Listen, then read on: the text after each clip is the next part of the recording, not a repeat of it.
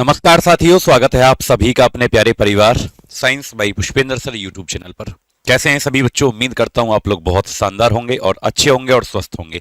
मेरे प्यारे साथी, जैसे कि आप सभी को पता है कि हमारा फ्री कंप्लीट बैच आपका चल रहा है, जो कि रेलवे के एग्जाम, एसएससी के exam, CDS exam, Delhi police exam, MP police, जो भी आपके स्टेट एग्जाम, जो भी रेलवे के एग्जाम, जो भी एसएससी के जितने भी एग्जाम आपके होते हैं, मैं तो कहूं अगर किसी भी वनडे एग्जाम की आप तैयारी कर रहे हो और विज्ञान उसके अंदर आता है, साइंस आता है, जर्नल साइंस आता है, तो आप लोग इस बैच से कंप्लीट तैयारी कर सकते हैं। बस जरूरत है तो आप लोग डेली शाम को 6 बजे ये वीडियो आपको मिलता है, जिसमें कंप्लीट चैप्टर्स पढ़ाऊंगा मैं आपको विज्ञान के अंदर। पहले हमारा केमिस्ट्री चल रहा है, ऐसे ही हमारा फिर फिजिक्स आएगा और पूरे के पूरे चैप्टर्स को हम यहां पर पढ़ने वाले हैं। अब इस सीरीज के अंदर हमने इस बैच के अंदर आपको क्या क्या चैप्टर पढ़ा दिया है तो मैं आपको दिखा दूं।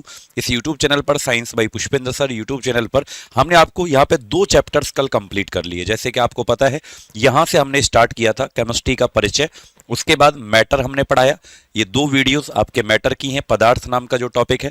उसके बाद ये 2 videos acid, base and salt, और ये आज का पार्ट 2, दोनों को आपको देखना है। ये हमारा यहाँ पे कंप्लीट 2 चैप्टर हो गए। आज हम तीसरे टॉपिक की शुरुआत मेरे प्यारे बच्चे करने वाले हैं और ये हमारा क्लास नंबर 6 है मेरे साथी। ठीक है, क्लास 6 को आज हम जब स्टार्ट करते हैं तो इसके अंदर हमारा जो टॉपिक होने वाला है वो आपका रहने वाला है मेटल्स एंड नॉन मेटल्स, यानी कि धातु और अधातु आज हम पढ़ने वाले हैं। तो प्यारे साथी, तैयार हैं अगर आप लोग? तो अगर पहली बार आए हैं चैनल पर तो सब्सक्राइब वाला बटन दबा दो, वीडियो को लाइक कर दो, बहुत मजा आपको आने वाला है। एकदम बेसिक से लेकर और पूरा डिटेल आपको पढ़ाया जाता है। एडवांस लेवल तक की आपको थ्योरी पढ़ाई जाती है, क्योंकि क्वेश्चन आप तभी लगा पाओगे जब आप थ्योरी पढ़ लोगे। बिना थ्योरी के क्वेश्चंस लगना पॉसिबल नहीं है। तो अब स्टार्ट करते हैं आज के इस टॉपिक को। तो आपको पता है कि जब हम इस चैप्टर को पढ़ते हैं और इसकी फ्री पीडीएफ, हाँ भाई ये और सुन लो कि क्लास की फ्री पीडीएफ आपको टेलीग्राम पर मिलती है, जिसका नाम है science by Pushpendra sir Telegram channel. यहाँ पे आपको कंप्लीट पीडीएफ मिलेगा। इंस्टाग्राम यदि आप चलाते हैं तो आप मुझे यहाँ पे फॉलो जरूर कर लें, साइंस पुष्पेंद्र सर। बच्चे, जब हम इस चैप्टर को पढ़ते हैं तो मैं आपको थोड़ा सा जानकारी दे दूं कि मैं आपको एक टॉपिक और भी पढ़ाऊंगा जिसका नाम होगा पीरियोडिक टेबल, आवर्त सारणी। जब उसको मैं आपको पढ़ाऊंगा तो वहां मैं आपको बताऊंगा, या शायद आपने सुना भी होगा, कि आवर्त सारणी के अंदर टोटल 118 एलिमेंट होते हैं। कितने होते हैं? तो आप बोलेंगे सर 118 तत्व। जैसे आपने जब बोर्ड के एग्जाम दिए होंगे 10वीं में या 12वीं में, आपने याद भी किया होगा, साइंस बैकग्राउंड से अगर आप हैं तो आवर्त सारणी देखी होगी। एक बहुत बड़ी टेबल हमारी कॉपी किताब में बनी रहती थी और उसमें हाइड्रोजन सबसे पहले लिखा रहता था। Hydrogen, helium, lithium, beryllium, boron, carbon, ऐसे याद करते थे आप लोग। तो उसमें टोटल जो एलिमेंट्स होते हैं बेटा आवर्त सारणी में, कुल तत्वों की संख्या होती है 118। इन 118 के अंदर अगर मैं आज बात करूं कि हम पढ़ेंगे मेटल्स, तो 93 हमारी क्या होती हैं? मेटल्स, यानी कि धातु होती हैं। और इसी पीरियोडिक टेबल के अंदर 118 में से नॉन मेटल की जो संख्या होती है, नॉन मेटल अधातु जो होती हैं, वो 18 होती हैं। अब आप जब इनको काउंट करोगे 93 प्लस 18 तो ये आएगा 111। तो 7 जो बच गए, 7 जो बच गए, वो हमारे कहे जाते हैं मेटालॉइड, यानी कि उपधातु के नाम से जानते हैं। और जब आप इनको काउंटिंग करोगे टोटल 93 प्लस 18 प्लस 7, ये कितना आ जाएगा आपका? 118 आपका आ जाता है। तो मेरे प्यारे बच्चे, आज हम मेटल्स को पढ़ने वाले हैं। सबसे पहले तो हम मेटल्स में वही पढ़ेंगे जो शायद आपने 9वीं या 10वीं क्लास में पढ़ा होगा, धातुओं की विशेषताएं हम पढ़ेंगे, लेकिन उनको कुछ अलग अंदाज से पढ़ेंगे। वो सवाल नहीं आएंगे कि भाई धातु चमकदार होती हैं, धातु सुचालक होती हैं, धातु को पीट पीट के चादर में बदला जा सकता है। अगर क्वेश्चन आएगा तो वो आपसे पूछेगा कि कौन सी धातु है जिसको चादर में नहीं बदला जा सकता, कौन धातु है जो सबसे अधिक सुचालक होती है। तो आपको एक्सेप्शंस बहुत ज्यादा याद रखने हैं। तो अब हम स्टार्ट करते हैं बेटा इस चैप्टर को पढ़ना। तो मेटल्स सबसे पहले हम पढ़ना शुरू करते हैं, जिनकी संख्या 93 हमारी होती है। और मैं आपको बता दूं कि ये ब्लू ब्लू कलर का जो आपको टेबल में दिख रहा है, ये सब मेटल्स हैं, यानी कि धातु हैं। जब आप इनको काउंट करोगे तो कितने हैं? ये 93 हमारी होती हैं। अब हम पढ़ने वाले हैं धातुओं की सबसे पहले प्रॉपर्टीज, यानी कि विशेषता पढ़ेंगे। और जितने भी क्वेश्चंस बन सकते हैं मैं सब आपको यहाँ पे करवाने वाला हूँ। सबसे पहली प्रॉपर्टी हमारी ये आती है कि जितनी भी मेटल होती हैं, धातु, ये सब सॉलिड स्टेट में पाई जाती हैं, यानी कि ठोस अवस्था में। जो भी धातु होगा तो वो किस में पाया जाएगा? सॉलिड स्टेट यानी कि ठोस अवस्था में पाया जाता है। लेकिन इस बात का एक एक्सेप्शन है, अपवाद है इस बात का, और वो अपवाद क्या है? तो वो है मरकरी, पारा। बच्चों पारा जो होता है एक धातु है, लेकिन धातु होने के बावजूद भी ये लिक्विड में पाया जाता है रूम टेम्परेचर पे, तो इसीलिए इसको कहा जाता है लिक्विड मेटल, यानी इसे द्रव धातु के नाम से जानते हैं। क्या आपको याद रखेंगे? पारे को द्रव धातु कहा जाता है। इसके अलावा टोटल मेटल्स हमने कितनी बताई? 93। तो एकमात्र यही है जो क्या है आपका लिक्विड में 92 92 जो होती हैं वो सॉलिड स्टेट में पाई जाती हैं। बच्चों मरकरी जो होता है पारा, इसका सिंबल यानी कि Hg होता है। जैसे हाइड्रोजन का H, ऑक्सीजन का O, नाइट्रोजन का N, ऐसे ही मरकरी का जो सिंबल होता है वो क्या होता है? Hg। और Hg का जो पूरा नाम होता है वो क्या होता है? हाइड्रागायरम इसका पूरा नाम होता है। ये लैटिन लैंग्वेज यानी कि लैटिन भाषा से ये बना हुआ है। किससे बना हुआ है? लैटिन भाषा से ये बना है ना। जैसे गोल्ड का होता है एयू, ऑरम, तो चांदी का होता है एजी, अर्जेंटीनम, तो ये लैटिन भाषा से बने हैं। Hg पारा, इसका नाम है पूरा हाइड्रागायरम। बच्चों पारा जो होता है याद रखना, इसे क्विक सिल्वर के नाम से जानते हैं। क्विक सिल्वर का मतलब क्या है? यानी क्विक चांदी हिंदी में बोला जाता है, क्विक चांदी इसे बोला जाता है। क्यों कहते हैं क्विक सिल्वर? क्योंकि बेटा ये चांदी की तरह चमकता है, लुक लाइक सिल्वर, यह चांदी की तरह चमकता है, इसलिए इसको क्विक सिल्वर यानी कि दिखावटी चांदी इसे बोला जाता है। तो बहुत बारे एग्जाम में क्वेश्चन बनते हैं। बच्चों मरकरी जो होता है पारा, अगर मैं बात करूं कि कमरे के तापमान पर किस में क्या पाया जाता है? लिक्विड। कमरे का तापमान विज्ञान में कितना होता है? 20 से 25 डिग्री का जो टेम्परेचर होता है उसको रूम टेम्परेचर के नाम से हम जानते हैं। अगली बात मरकरी, देखो जब भी कोई धातु धरती की सतह पर पाई जाती है तो अपने अयस्क के रूप में पाई जाती है। किसमें? अयस्क। ऐसा नहीं है कि आप लोग लोहा है तो लोहा खोद लो भैया आज धरती में से, एल्युमिनियम है एल्युमिनियम खोद लीजिए, नहीं। जब भी कोई मेटल या बेटा धातु पाया जाता है धरती की सतह पे, अपने ओर का मतलब अयस्क। अयस्क क्या होता है सर? अशुद्ध रूप। धातु शुद्ध रूप में नहीं पाई जाती, उसमें बहुत सारी अशुद्धियां भी होती हैं, फिर उनको अलग किया जाता है, इंप्योरिटीज, अशुद्धियों को, फिर प्योर यानी शुद्ध धातु मिलता है। तो अयस्क जो होता है वो धातु तो उसमें मिलेगा ही, लेकिन बहुत सारी अशुद्धि भी उसमें मिलेंगी, उनको अलग किया जाता है, फिर हमें प्राप्त होता है। तो अयस्क यानी पारा जब धरती की सतह पर पाया जाता है तो किस अवस्था में पाया जाता है? तो आप याद रखना बेटा, सिनेबार। क्या है? सिनेबार। पारा का अयस्क अगर कोई पूछे कि what is the ore of mercury, पारे का अयस्क क्या है, तो आप याद रखना सिनेबार, जिसको HgS बोलते हैं। HgS इसका फॉर्मूला क्या है सिनेबार का? HgS है ना, मर्क्यूरिक सल्फाइड। पूरा नाम क्या हो जाएगा? Mercuric sulphide. तो आई थिंक आपको मरकरी के बारे में सारी चीजें समझ में आ गई होंगी।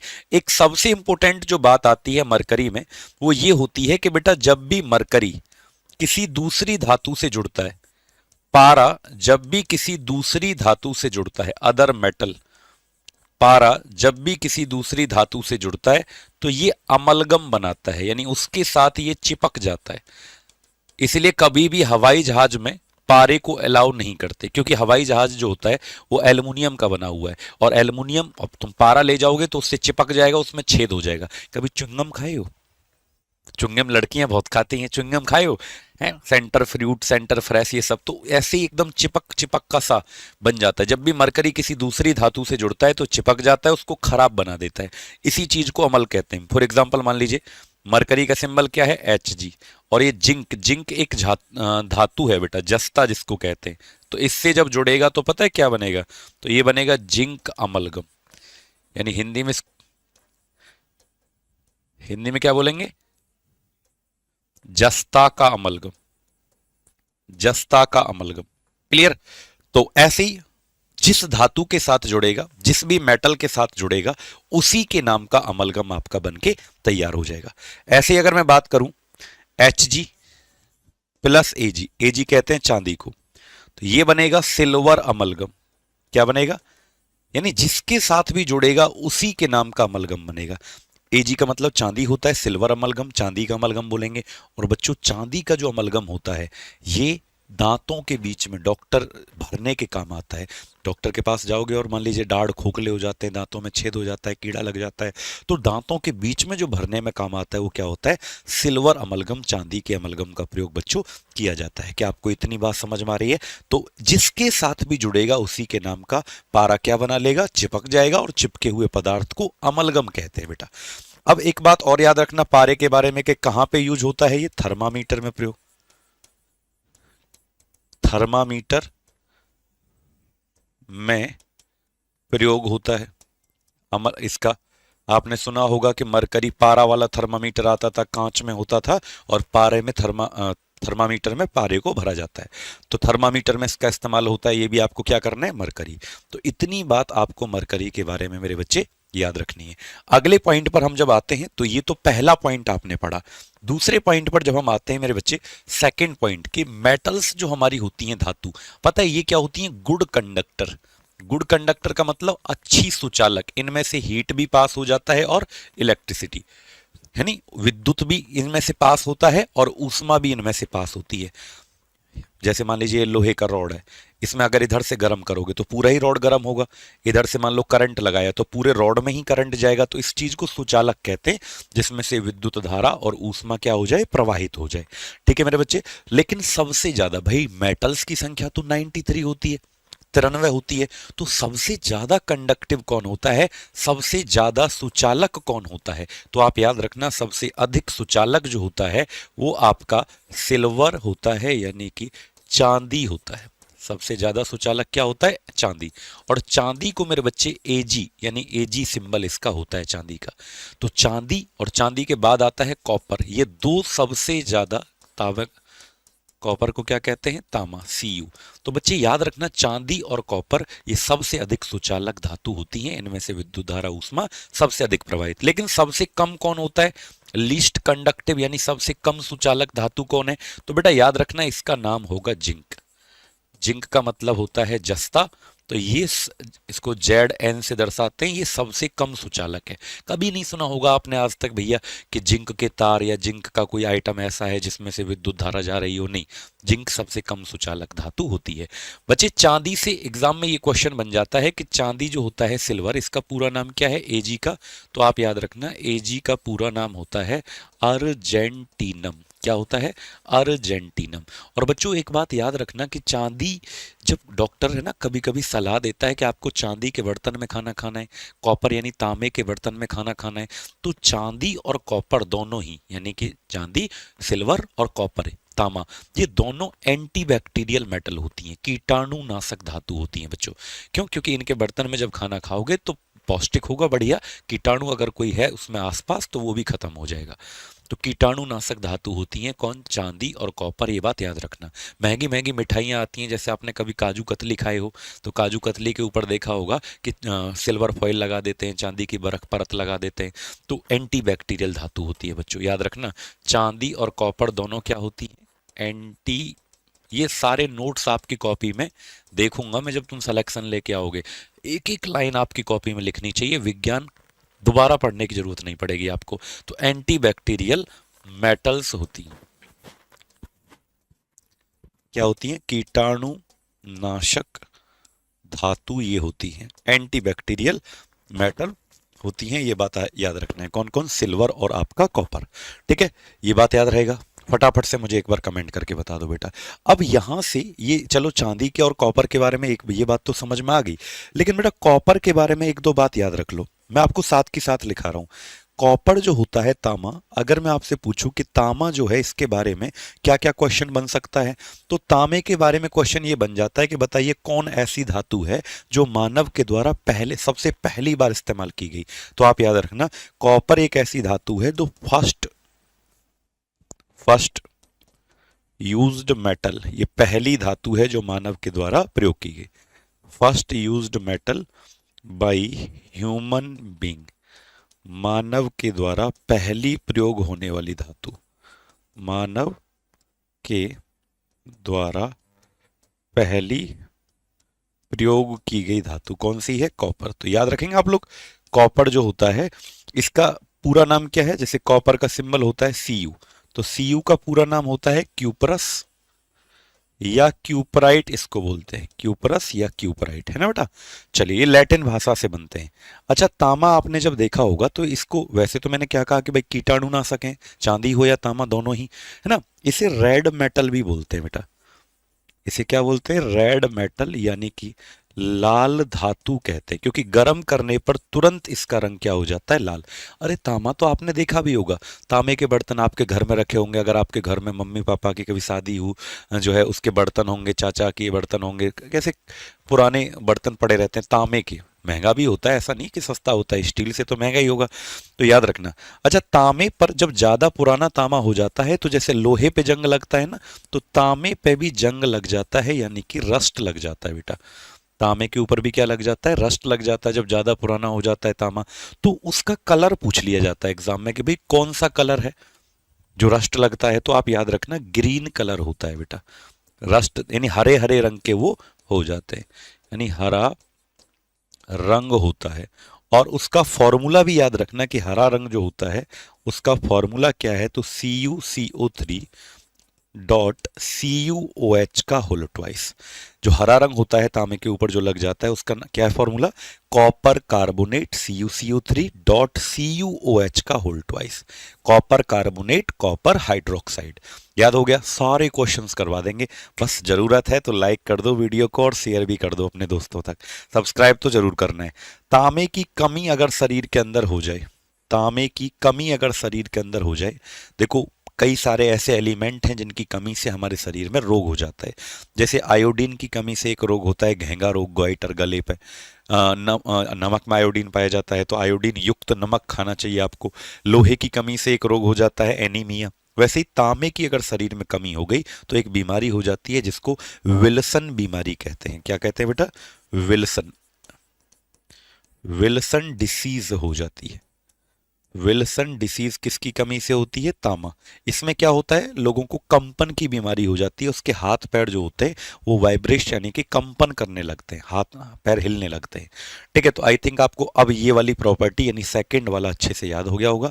सबसे ज्यादा सुचालक कौन है, चांदी कॉपर यानी चांदी और तांबा, और सबसे कम कौन है, तो आप क्या याद रखेंगे, जिंक। अगला हमारा आता है तीसरा वाला, तो आप लिखें मेटल्स आर मिलिएबल। अगली जो प्रॉपर्टी आती है वो क्या आती है कि धातु जो होती हैं आघात वर्धनीय होती हैं, मिलिएबल। मिलिएबल का मतलब क्या होता है, आघात वर्धनीय। और मिलिएबल जो वर्ड है इसका मतलब ये होता है कि इनको कन्वर्ट किया जा सकता है थिन सीट यानी पतली चादरों में इसको बदला जा सकता है। किसमें, पतली चादर, थिन सीट में बदला जा सकता है। धातुएं आघात वर्धनीय होती हैं। आघात वर्धनीय का मतलब ये होता है कि इनको पतली चादर में बदला जा सकता है। पतली चादर, पीट पीट के पतली चादर। लेकिन सबसे ज्यादा आघात वर्धनीय कौन है, अगर मैं आपसे पूछूंगा कि सर सबसे ज्यादा, एक सेकंड बेटा,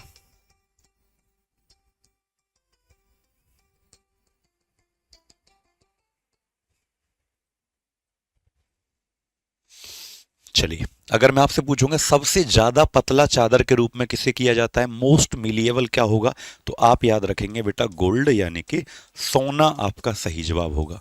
सोने को किससे रिप्रेजेंट किया जाता है, तो आप क्या बोलेंगे, एयू से रिप्रेजेंट किया जाता है। एयू का लैटिन भाषा का क्या नाम है पूरा, ऑरम।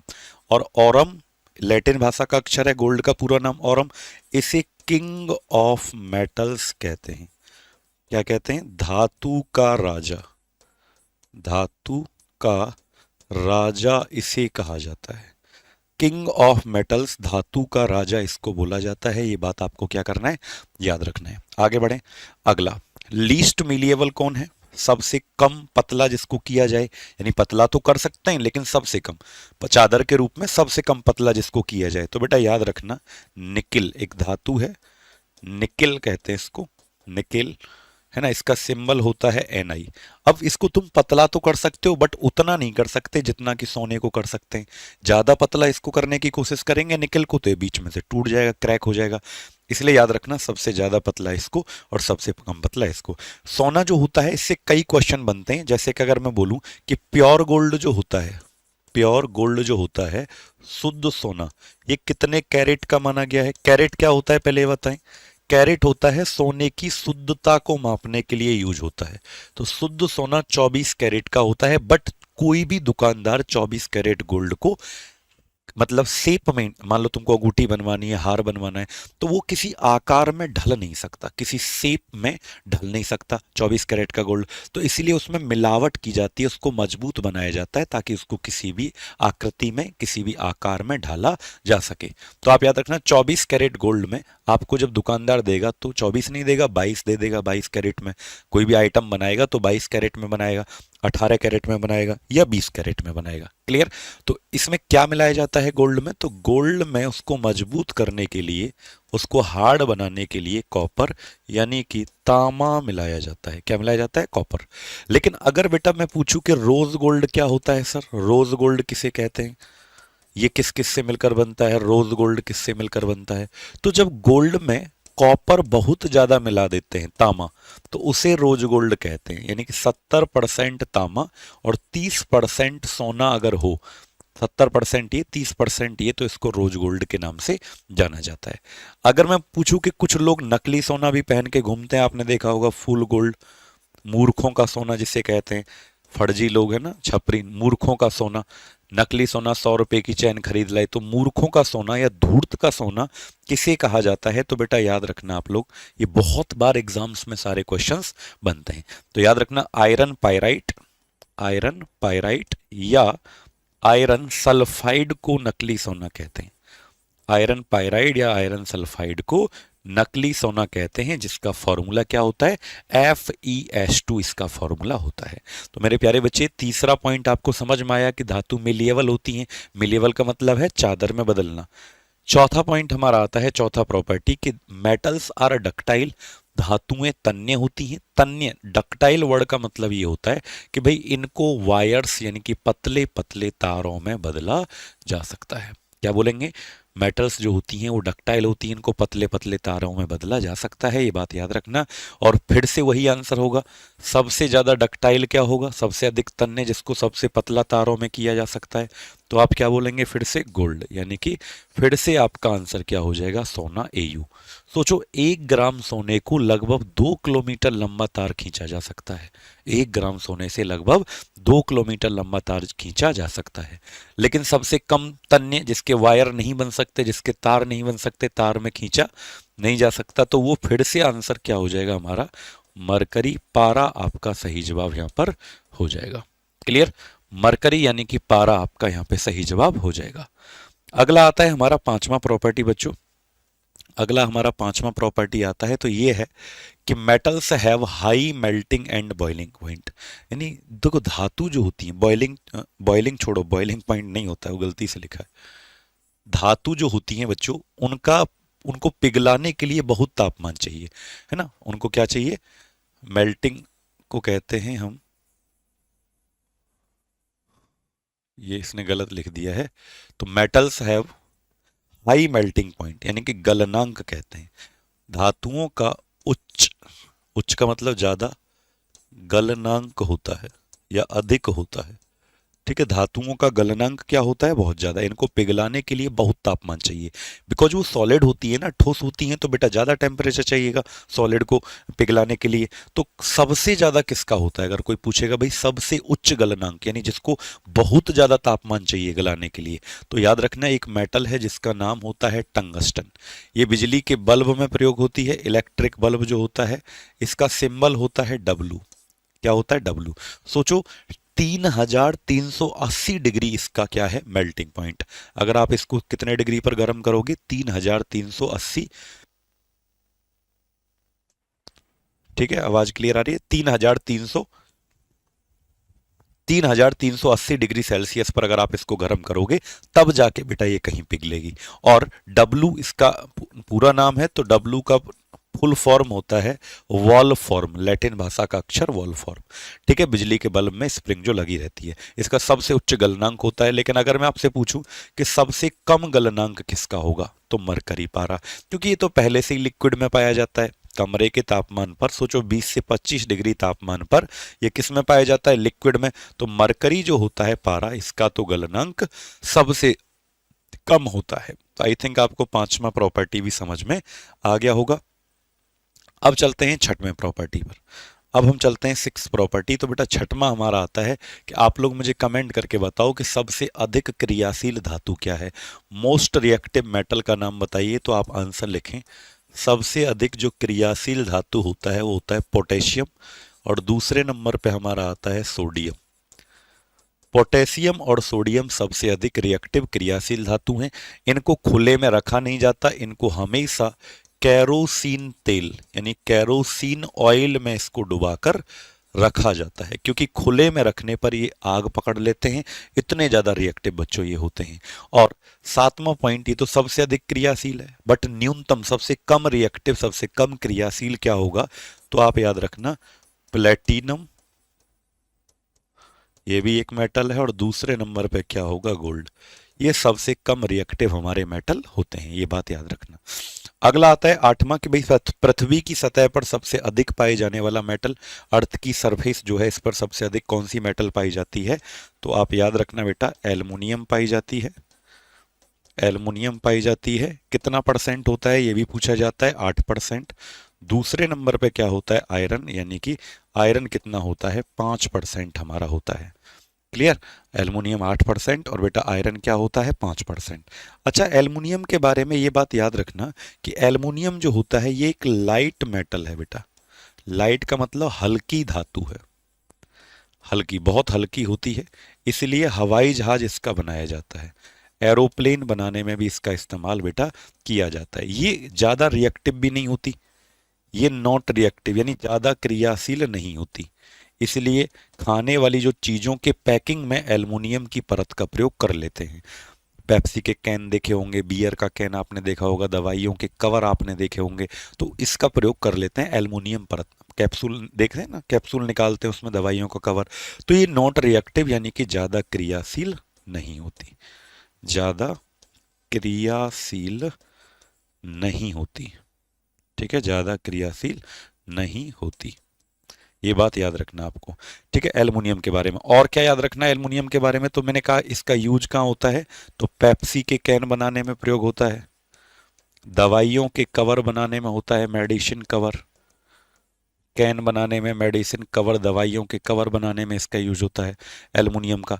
एल्युमिनियम एक मेटल है, धातु, और मैंने क्या कहा कि जब भी धरती की सतह पर पाया जाता है तो सबसे अधिक यही है, 8%। ये किस अवस्था में पाया जाता है, मतलब ओर क्या है, ओर का मतलब क्या होता है बेटा, अशुद्ध रूप। अयस्क क्या है, धातु अयस्क के रूप में पाई जाती है, ओर के रूप में। तो एल्युमिनियम का जो मेन ओर है अयस्क, एल्युमिनियम का जो मेन ओर है अयस्क, वो होता है हमारा बॉक्साइड।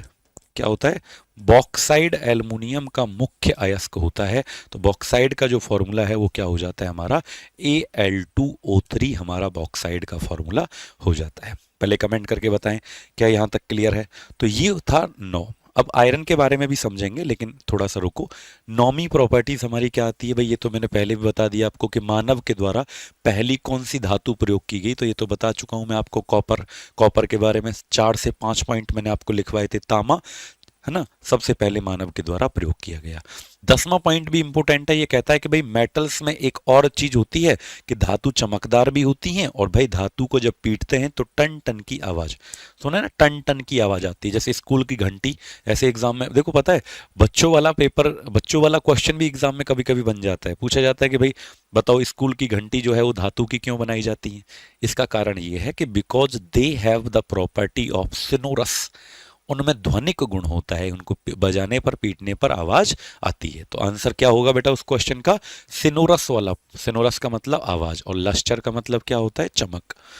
आई थिंक आपको ये 10 प्रॉपर्टीज मेटल्स की समझ में आ गई होंगी। अब हम नॉन मेटल पढ़ेंगे, लेकिन उससे पहले मैं आपको थोड़ा सा लोहे के बारे में बता देता हूं, क्योंकि कई बच्चों कंफ्यूज हो जाते हैं। लोहे से एक क्वेश्चन आ जाता है और आप उसको क्या कर देते हैं, गलत। बेटा आयरन जो होता है, फॉर्मूला क्या होता है लोहे का, Fe इसका सूत्र होता है। Fe का जो पूरा नाम होता है वो होता है फेरस। और लोहा बेटा जब भी धरती की सतह पर पाया जाता है तो 4 अयस्क होते हैं। जैसे एल्युमिनियम का एक बताया था हमने आपको, बॉक्साइड। मरकरी का बताया था, पारे का हमने आपको क्या बताया था, जो है सिनेबार बताया था, HgS। तो वैसे ही लोहा जब धरती की सतह पे पाया जाता है तो इसके मेनली 4 ओर होते हैं, 4 रूप में लोहा धरती की सतह पर पाया जाता है। तो आप याद रखना लोहे के कितने अयस्क होते हैं? तो बेटा 4 अयस्क लोहे के होते हैं। जैसे सबसे पहला वाला होता है मैग्नेटाइट, दूसरा वाला होता है हेमेटाइट, तीसरा वाला होता है सिडेराइट और चौथा वाला होता है लिमोनाइट। तो लोहे के कितने अयस्क होते हैं? 4। चारों ओर के नाम याद रखना। लेकिन अगर इनमें से पूछेगा कि सबसे बेस्ट ओर क्या है, सबसे अच्छा अयस्क क्या है, तो आप याद रखना सबसे जो अच्छा अयस्क होता है, सबसे अच्छा अयस्क जो होता है वो मैग्नेटाइट होता है, जिसका फॉर्मूला Fe3O4 होता है ना। ये सबसे बेस्ट ओर होता है। अगर मैं आपसे पूछूं कि लोहा जो होता है ये कितने टाइप का होता है, प्रकार कितने होते हैं लोहे के, अगर मैं आपसे पूछूं how many types of iron, 3 type इसके होते हैं। लोहे के कितने प्रकार होते हैं? तो आप क्या बोलोगे? लोहे के 3 प्रकार होते हैं। कौन कौन से होते हैं? सुनो, लोहे के 3 प्रकार। सबसे पहला आता है पिग आयरन, कच्चा लोहा। ये सबसे घटिया क्वालिटी का लोहा होता है, बेकार, पिग, कच्चा। एक आता है रॉट आयरन, ये सबसे बढ़िया बेस्ट क्वालिटी। अगर पूछे ना कोई कि बेस्ट सबसे अच्छा जो है लोहा कौन सा होता है, तो रॉट आयरन सबसे अच्छा लोहा होता है। एक होता है कास्ट आयरन, कास्ट को कहते हैं ढलवा लोहा, इसको कहते हैं रॉट को पिटवा लोहा। हिंदी वाले बच्चे भी बेटा साथ के साथ लिखते जाएंगे। तो 3 प्रकार का लोहा होता है, जिनमें से सबसे बढ़िया रॉट आयरन को माना गया है बेटा। इनमें सबसे बढ़िया ओर में सबसे अयस्क का सबसे बढ़िया कौन था? मैग्नेटाइट। इसमें लोहा लोहा कितना होता है? 70 से 75% इस अयस्क में लोहा पाया जाता है, 70 से 75%। अब आयरन जो होता है बेटा हमारे ब्लड के हीमोग्लोबिन में भी पाया जाता है, ये भी याद रखना। भाई शरीर में भी तो लोहा पाया जाता है, कहाँ पे? जो हमारा ब्लड है, रक्त, इसके हीमोग्लोबिन में भी पाया जाता है। हीमोग्लोबिन में भी क्या पाया जाता है? आयरन यानी कि लोहा पाया जाता है। बच्चों लोहे पे जंग लग जाता है, आपने देखा है कि लोहे पे रस्ट यानी कि जंग लग जाता है ना। रासायनिक अभिक्रिया है। सबसे पहले तो यही पूछ लेता है कि लोहे पे जंग लगना फिजिकल प्रोसेस है या केमिकल? तो एक केमिकल यानी कि रासायनिक अभिक्रिया है। रासायनिक अभिक्रिया वो होती हैं जो बेटा रिवर्स ना हो पाए। लोहे पर अगर जंग लग गया तो क्या वापस वही लोहा बनाया जा सकता है? तो आप बोलोगे बिल्कुल नहीं बन सकता सर। तो ऐसी प्रक्रिया जो रिवर्स ना हो उसको रासायनिक कहते हैं। दूध खट्टा हो जाना या दूध से दही बनना, ये भी रासायनिक अभिक्रिया, क्योंकि दही से दूध कभी नहीं बन सकता रिवर्स। तो लोहे पे जंग लगना कैसी प्रोसेस है बेटा? रासायनिक, केमिकल प्रोसेस। और जंग लगने से अगर मैं आपसे पूछूं वेट क्या होगा? Weight will increase. याद रखना, बहुत बच्चे इसको गलत कर देते हैं बाबू। और तुम लोग जल्दी से चैनल को सब्सक्राइब कर लो। जो बच्चे नए जुड़े हैं हमसे, चैनल को फटाफट, तुम लोग करते नहीं हो यार, यही तो तुम्हारी दिक्कत है ना, नहीं करते, मुझे पता है तुम लोग नहीं करते हो। तो भार जो होगा वो क्या आएगा? भार बढ़ जाएगा। लोहे पर जंग लगने से उसका वेट क्या होगा बेटा? भार बढ़ जाएगा। जंग लगने के बाद फॉर्मूला क्या हो जाता है? उसका सूत्र क्या हो जाएगा? फॉर्मूला यानी कि सूत्र क्या हो जाता है जंग लगने के बाद? बेटा देखो, जब लोहा पे जंग लगता कब है? जब वो खुले में रखा देते हैं, नमी के संपर्क में, ऑक्सीजन के संपर्क में, पानी के संपर्क में रहता है, तो भाई उस पर ऑक्सीकरण हो जाता है, ऑक्सीडेशन, जंग लग जाता है ना। तो उसका सूत्र क्या होता है? तो आप याद रखना Fe2O3, Fe2O3 डॉट, वीडियो को पूरा देखा करो लास्ट तक बेटा, Fe2O3 डॉट XH2O, ये लोहे पे जंग लगने का फॉर्मूला है। अच्छा, जंग लगने से बचाया भी जा सकता है, ऐसा नहीं है कि रस्टिंग से बचा नहीं सकते। लोहे को जंग लगने से बचाया भी जा सकता है। और करते क्या है लोहे को जंग लगने से बचाने के लिए? एक प्रोसेस है जिसका नाम है गैल्वेनाइजेशन। लोहे का गैल्वनीकरण किया जाता है। यानी लोहे को जंग से बचाने के लिए कौन सी प्रक्रिया की जाती है? गैल्वेनाइजेशन, यानी कि लोहे का गैल्वनीकरण किया जाता है। क्या होता है सर ये प्रक्रिया होती क्या है? तो बच्चों होता ये है कि लोहे को गर्म जिंक, जिंक कहते हैं जस्ता, उसका एक मिक्सचर बनाया जाता है, मिश्रण या सॉल्यूशन, विलियन, यानी जिंक को घोला जाता है पानी की तरह एकदम, और उसमें लोहे को डाल देते हैं, गरम गरम में लोहे को डाल देते हैं, जिसकी वजह से लोहे पर एक परत चढ़ जाती है जिंक यानी जस्ता की, और फिर लोहे पे जंग नहीं लगेगी। इस प्रक्रिया को गैल्वनीकरण कहा जाता है, गैल्वेनाइजेशन बोला जाता है। तो याद रखना, ए थिन लेयर, पतली चादर, a thin layer of zinc is coated over the iron. तो इसी को हम गैल्वनीकरण की प्रक्रिया कहते हैं। यानी कि हिंदी में लिख लो बेटा, जगह कम है यहाँ, लिखो लोहे के ऊपर जस्ता की एक पतली परत को चढ़ा देते हैं, इसको गैल्वनीकरण के नाम से जानते हैं। तो आई थिंक आपको यहां तक बेटा मेटल वाले पार्ट में कोई दिक्कत अब नहीं रहा होगा। अब देखो, अब हम पढ़ते हैं नॉन मेटल्स। अब हम क्या पढ़ते हैं? Non metals. एक ही वीडियो में पूरे चैप्टर को अब हमने ऐसा सोचा है कि एक ही क्लास में अब पूरे चैप्टर को खत्म किया जाए। मतलब डिटेल में ही पढ़ाएंगे बट थोड़ा स्पीड से पढ़ाएंगे, ताकि मेरे प्यारे बच्चे आपका एग्जाम से पहले पूरा का पूरा सिलेबस हम आपको करवा दें। ठीक है, ताकि प्रैक्टिस भी तो करवानी है ना बेटा, जब एग्जाम आएगा तो 10-20 दिन पहले प्रैक्टिस भी करवानी पड़ेगी आप लोगों के अच्छे से क्वेश्चंस के माध्यम से। तो बेटा थ्योरी को थोड़ा सा स्पीड से पढ़ो, इसीलिए मैं बीच में बात नहीं कर रहा बिल्कुल भी। तो नॉन मेटल जो होता है अधातु, मेटल्स जितना था उतना पढ़ा दिया। तो नोट्स प्रॉपरली बनाना। नॉन मेटल्स कितने होते हैं हमारे? तो आप क्या बोलेंगे? नॉन मेटल्स की संख्या होती है 18, मेटल्स होते थे 93। अब बेटा आपको एक बात पता है कि यार जितनी भी प्रॉपर्टीज आपने धातु की पढ़ी थी, जो भी विशेषताएं धातु की पढ़ी थी, अब वो रिवर्स हो जाएंगी, उल्टी हो जाएंगी, यानी उल्टा हो जाएगा सब कुछ यहाँ पे। तो बेटा अधातु, जैसे वहां पे क्या पढ़ा था आपने कि वो ठोस होती थी, लेकिन पारा एक ऐसी धातु था जो लिक्विड में होता था, द्रव धातु। तो ये जो 18 हैं, ये जो 18 हैं अधातु, या तो ये सॉलिड होती हैं ठोस, या फिर ये गैस होते हैं। तो नॉन मेटल्स या तो होते हैं सॉलिड ठोस, या फिर ये क्या होते हैं? गैस। लेकिन इस बात का भी क्या है बच्चों? एक एक्सेप्शन है, इस बात का भी एक अपवाद है, और ब्रोमीन इसका अपवाद है। ब्रोमीन इसका क्या है? एक्सेप्शन। ब्रोमीन जो होता है ये लिक्विड में पाया जाता है, इसीलिए इसको लिक्विड नॉन मेटल बोलते हैं। क्या बोलते हैं इसको?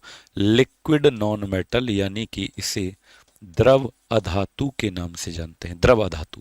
बाकी इसके अलावा 17 जो बच गए वो या तो सॉलिड होते हैं या फिर आपके गैस होते हैं बच्चों। क्लियर? सेकंड जो हमारा पॉइंट आता है नॉन मेटल का, कि मैंने अभी आपको बताया था मेटल्स में, धातु में, कि मेटल क्या होते थे? धातु। लस्चर का मतलब चमकदार, और सिनोरस का मतलब वो पीटने पर क्या करते थे? आवाज करते थे। लेकिन यहां क्या होता है कि non metals are not lustre, अधातु चमकदार नहीं होते।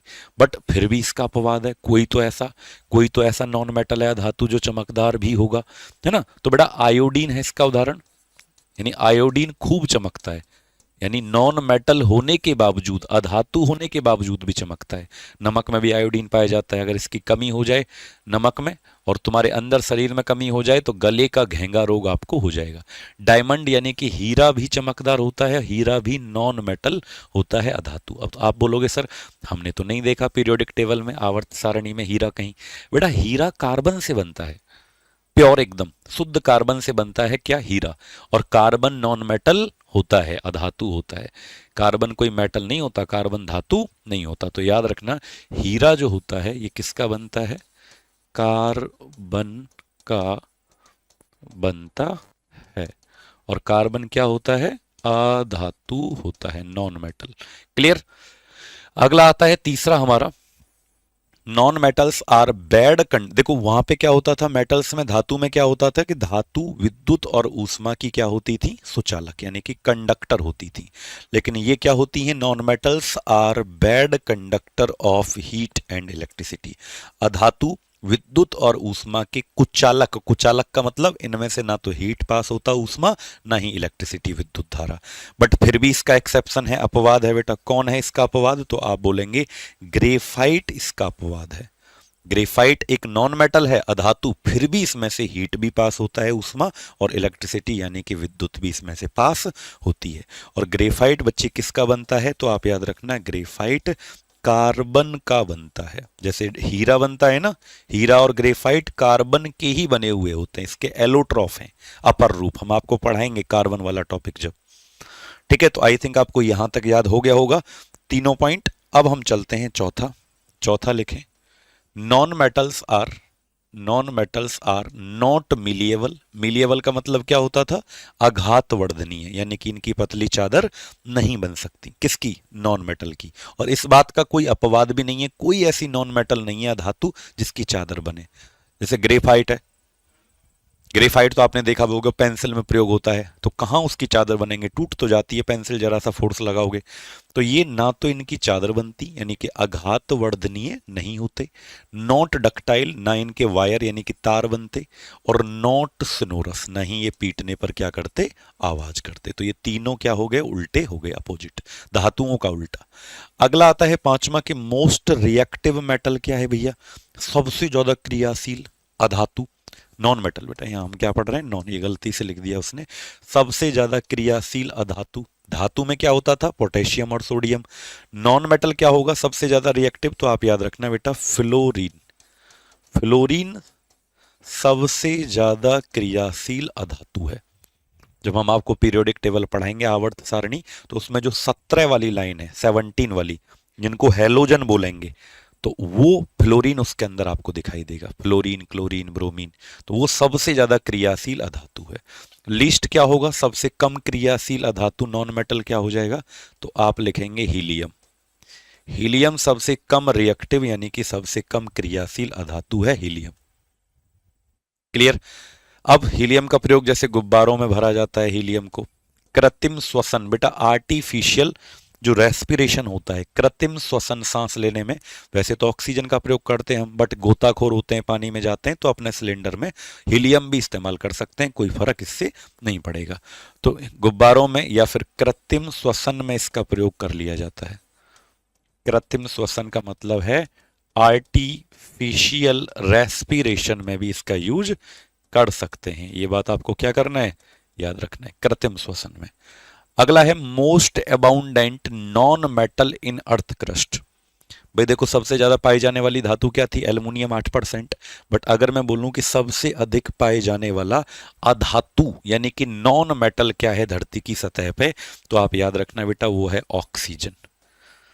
ऑक्सीजन, ठीक है, लगभग 46% होता है, 40%।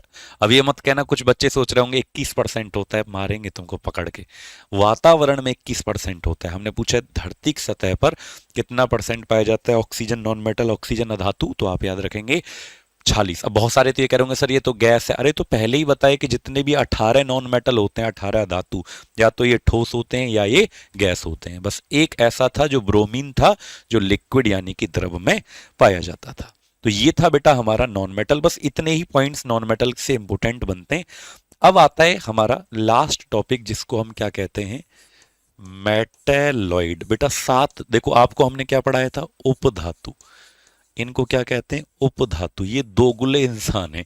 तुम्हारी जिंदगी में भी ऐसे लोग होंगे, किस किस की लाइफ में है दोगुले इंसान, तुम्हारे मुंह पे तुम्हारी बातें, तुमसे पीछे किसी और की बातें, तो दोगुले इंसान है। अच्छा ये होते क्या है, जैसे आपको मैंने बताया कि 118 टोटल होते हैं, 93 मेटल धातु, 18 नॉन मेटल, 7 बच गए, तो 7 मेटेलॉइड यानी कि उपधातु। अब बच्चे आप इतना तो जानते हो कि उपधातु जो होते हैं ये मेटल यानी कि ये धातु की तरह भी काम करते हैं, और ये नॉन मेटल, इनके तो नाम भी याद रखना है भाई। दोगुले इंसान के नाम याद रखा करो, कि जो ऐसे लोग हैं जो दोनों मुंह से होते हैं, दो मुंह होते हैं जिनके, उनके नाम याद होने चाहिए आपको, कौन कौन है, पता होना चाहिए भाई कौन कौन है। चलो, तो ये क्या है, ये धातु की तरह भी काम करते हैं और ये अधातु की तरह भी काम करते हैं। बट बेटा कब करेंगे, देखो विज्ञान के अंदर एक टेम्परेचर होता है जिसे कहते हैं रूम टेम्परेचर। विज्ञान के अंदर एक तापमान होता है बेटा जिसे क्या कहा जाता है, कमरे का तापमान कहते हैं। और पता है इसकी वैल्यू कितनी होती है, ये होती है 20 से 25 डिग्री सेल्सियस। कमरे का तापमान कितना माना गया है साइंस में, 20 से 25 डिग्री सेल्सियस माना गया है। बच्चों इस टेम्परेचर तक यानी 25 डिग्री तक ये जो 7 हैं, ये कैसा काम करते हैं, नॉन मेटल का धातु, यानी 0 10 20 30 नहीं, 0 10 20 30 नहीं, 0 10 11 12 15 16 17 18 20 यानी 25 तक तो ये काम करेंगे। 25 डिग्री तक तापमान है तो नॉन मेटल धातु। 25 से ज्यादा टेम्परेचर अगर आपने बढ़ा दिया तापमान, तो फिर ये काम करना शुरू कर देते हैं मेटल यानी कि धातु का। तो आप याद रखना, कमरे के तापमान तक, कमरे के ताप तक ये अधातु की तरह काम करते हैं, अधातु की तरह कार्य करते हैं, लेकिन तापमान बढ़ाने पर लेकिन तापमान बढ़ाने पर धातु की तरह कार्य करते, धातु की तरह कार्य करते। क्लियर है? अब इंग्लिश में भी लिखना पड़ेगा, नहीं तो नाराज हो जाएंगे हमारे प्यारे प्यारे बच्चे, इंग्लिश वाले जो हैं वो नाराज हो जाएंगे। लिखो, these elements work as non metal up to, आवाज आ रही है ना, up to room temperature, but when we, अब इनके नाम याद रखना बेटा, increase the temperature they behave as metals, they behave as metals. ठीक है, इनके नाम याद रखना कौन कौन है। बोरॉन सबसे पहले नंबर पे, और इस सीक्वेंस भी याद रखना। ऐसे पूछा जाता है पहला मेटालॉइड बताओ, पहला उपधातु, दूसरा, तो ये सीक्वेंस से ही याद रखना बाबू, टेबल में ये सीक्वेंस ही है। बोरॉन, दूसरा आता है silicon, boron, silicon, germanium. Symbol भी याद रखना है, प्रतीक, boron, silicon, germanium, arsenic, antimony. Hindi में नाम वही रहेगा बाबू, हिंदी और इंग्लिश में नाम वही रहेगा, पोलोनियम। और अगला आता है सातवां, टेलुरियम। तो ये 7 नाम याद रखना, यही आपके क्या हैं, दोगले इंसान है, उपधातु इनको कहा जाता है बेटा। ठीक है, सिलिकॉन इन 7 में से धरती की सतह पर सबसे अधिक पाया जाता है। जैसे धातु पूछे मेटल, एल्युमिनियम धरती की सतह पर सबसे ज्यादा, नॉन मेटल पूछे अधातु, ऑक्सीजन। लेकिन अगर पूछे कि इन 7 में उपधातुओं में सबसे ज्यादा कौन पाया जाता है, तो मोस्ट अबाउंडेंट इन अर्थ क्रस्ट, इन अर्थ क्रस्ट, पृथ्वी की सतह पर सबसे अधिक है ये सिलिकॉन। इसका एक यूज बताओ चलो, सिलिकॉन का पृथ्वी की सतह पर सबसे अधिक है ये, सबसे अधिक है ये। ठीक है, कितना होता है, लगभग 27% ये होता है। इसका यूज पता है क्या है, आईसी चिप जो कंप्यूटर में प्रयोग होता है उसको बनाने में होता है, मेमोरी कार्ड आईसी चिप बनाने में होता है, घर की छत पे जो सोलर पैनल लगते हैं, सौर ऊर्जा की प्लेट, उनको बनाने में होता है। ठीक है, सोलर पैनल, सोलर पैनल बनाने में होता है, जो घर की छत पे लगते हैं ना सौर ऊर्जा की प्लेट, उन सबको सिलिकॉन का, चिप या मेमोरी कार्ड बनाने में सिलिकॉन का यूज होता है। तो आई थिंक आपको मेटालॉइड के बारे में जो भी जानकारी मैंने दी वो सारी की सारी समझ में आ गई होगी। अब बेटा लास्ट एक बात आती है कि सर अगर मान लीजिए धातु अधातु आपस में मिले जाएं तो क्या बनेगा, तो बेटा उसको एक नाम से जानते हैं, एलॉय। उसको क्या नाम से जानते हैं, एलॉय। एलॉय को हिंदी में क्या कहते हैं, मिश्र धातु कहा जाता है। क्या कहा जाता है, मिश्र धातु, यानी कि एलॉय का मतलब होता है मिश्र धातु। अब इससे भी एग्जाम में बहुत बार क्वेश्चन आते हैं, बहुत ज्यादा आता है इससे, कि बताओ जर्मन सिल्वर किस किस का मिलकर बना हुआ है, बताओ सोल्डर टांका एक मिश्र धातु है, ये किससे मिलकर बना हुआ है। तो बेटा एलॉय क्या होता है, mixture of metals, two or more than, mixture of two or more than two metals और नॉन मेटल्स, मेटल्स और नॉन मेटल्स। ठीक है, दो या दो से अधिक, दो या दो से अधिक धातु या अधातुओं का मिश्रण, दो या दो से अधिक धातु या अधातुओं का जो मिश्रण होता है उसे क्या कहा जाता है बेटा, उसे हम बोलते हैं, क्या बोलो, मिश्र धातु। जैसे मान लीजिए मैं आपसे पूछूं ब्रॉन्ज, ब्रॉन्ज कहते हैं कांसा, ये किसकी मिश्र धातु है। अगर मैं आपसे पूछूं ब्रास, पीतल, ये सब जो इंपोर्टेंट है 4-5 वो याद रखो, पीतल। अगर मैं आपसे पूछूं स्टील, इस्पात, जो स्टील के बर्तन आपके घर में प्रयोग होते हैं, ये किसकी है। अगर मैं आपसे पूछूं सोल्डर, टांका, ये किसकी है बताओ। अगर मैं आपसे पूछूं जर्मन सिल्वर, तो यही एग्जाम में बनते हैं बेटा। जर्मन सिल्वर ये किसकी है? तो जो जो जरूरी है वही आपको चार पांच क्या करने हैं याद। जैसे ब्रॉन्ज, कांसा, आपको मिला होगा कभी ब्रॉन्ज मेडल, तीसरे वाले व्यक्ति को क्या मिलता था? ब्रॉन्ज मेडल, कांस्य पदक जिसे कहते थे। तो ये बनता है बेटा कॉपर यानी कि तांबा। अब मुझे हिंदी में लिखने की तो जरूरत नहीं है ना, ये लिख दूं कॉपर प्लस टिन। टिन एक धातु है बेटा, है ना। पीतल किससे बनता है? पीतल के बर्तन। तो कॉपर तांबा प्लस जिंक यानी कि जस्ता, ये इससे मिलकर बनता है। स्टील किससे बनता है? लोहा आयरन, हिंदी में बोल रहा हूं आप खुद लिख लेना, है ना। लोहा, निकिल, क्रोमियम, ये तीनों मेटल हैं बेटा, तीनों धातु। और एक होता है कार्बन। अब कार्बन तो सर क्या होता है? कार्बन नॉन मेटल होता है। कार्बन क्या होता है? नॉन मेटल यानी कि अधातु होता है। तो तीन धातु होते हैं इस्पात स्टील में, और चौथा नॉन मेटल अधातु। कई बार तो ये भी पूछ लेता है कि स्टील में कठोरता के लिए क्या जिम्मेदार होता है। हार्डनेस जो होती है स्टील में, जो कठोरता होती है वो किसके कारण होती है? तो आप याद रखना स्टील के में कार्बन के ही कारण होती है। सोल्डर किससे बनता है? तो लेड पीबी ये धातु है, सीसा। और टिन, टिन भी एक धातु है। जर्मन सिल्वर में कई बार, एक बार पेपर में सवाल आया कि बताओ जर्मन सिल्वर में सिल्वर कितना होता है, चांदी कितना होता है? तो आप याद रखना 0%, यानी होता ही नहीं है। जर्मन सिल्वर में सिल्वर ही नहीं होता। फिर सर क्यों कहते हैं इसको जर्मन सिल्वर? बेटा जर्मन सिल्वर तीन धातुओं से मिलकर बना है, पता है कौन कौन सी? कॉपर, निकिल और जिंक। कॉपर, निकिल और जिंक यानी तीन धातुओं से मिलकर बना है। जब इन तीनों को हम मिला देते हैं तो फिर ये चांदी की तरह चमकने लगता है, इसीलिए इसको जर्मन सिल्वर का नाम दिया गया है। बाकी इसके पीछे और कोई रीजन नहीं है। तो लुक लाइक सिल्वर, चांदी की तरह दिखता है, इसलिए इसको क्या बोला जाता है? German silver.